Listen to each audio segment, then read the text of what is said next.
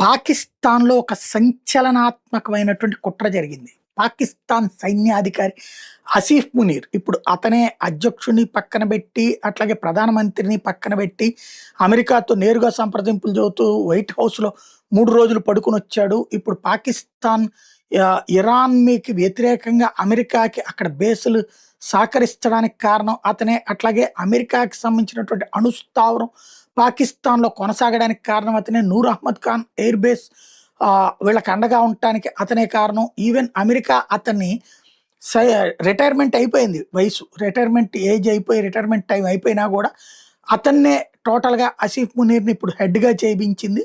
ఇప్పుడు ఆసిఫ్ మునీర్ ని పాకిస్తాన్‌లో అంటే అతని మీదన విపరీతమైన కసి పెరిగిపోయింది. ఐఎస్ఐ గావచ్చు, ఇతర వాళ్ళకే సంబంధించినటువంటి నిఘా వర్గాలకు కానీ వాళ్ళ సైన్యంలోనే. ఎందుకంటే ఇతను ఈ ప్లేస్‌లోకి రావాల్సినటువంటి ఆర్మీ చీఫుల్ని, ఈ ప్లేస్‌లోకి రావాల్సినటువంటి ఇతర సైనికాధికారిని పక్కన పెట్టేసినాడు. తొక్కేసాడు కదా! ఆళ్ళ ఎదుగుదలని.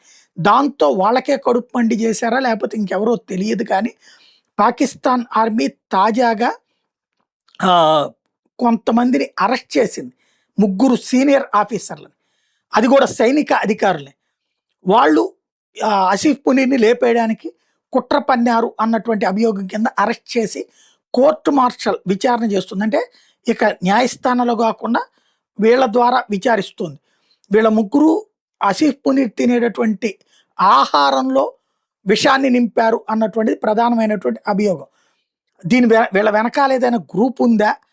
లేకపోతే గనక మిలియన్ల కొద్దీ డాలర్లు అయితే వీళ్ళ చేతిలో వీళ్ళ అకౌంట్స్‌లో ఉన్నాయని తేలింది. అంటే వీళ్ళ వెనకాల గ్రూప్ ఏదన్నా ఉందా అన్నటువంటిది ఇప్పుడు విచారిస్తున్నారు.